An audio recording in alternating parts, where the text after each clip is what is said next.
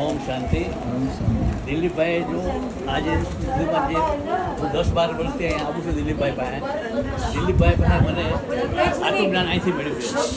શિવ બાબાનું શિવ બાબાનું સાચું જ્ઞાન મને અહીંથી પ્રાપ્ત થયું છે.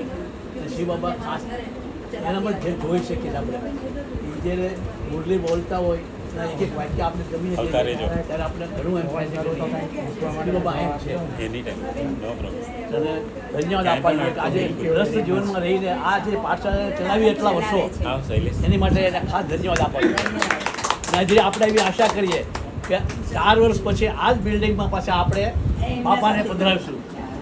અને હજી આપણે એવી આશા કરીએ છીએ કે જો આપણે બધા મહેનત કરશું ને તો હું આટલા એરિયામાં જ ગોતી રહ્યો છું જગ્યા.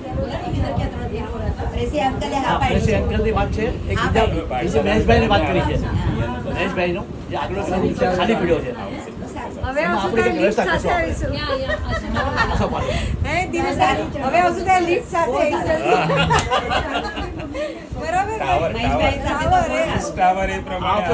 40 માળનો ટાવર બનવાનો છે અહીંયા.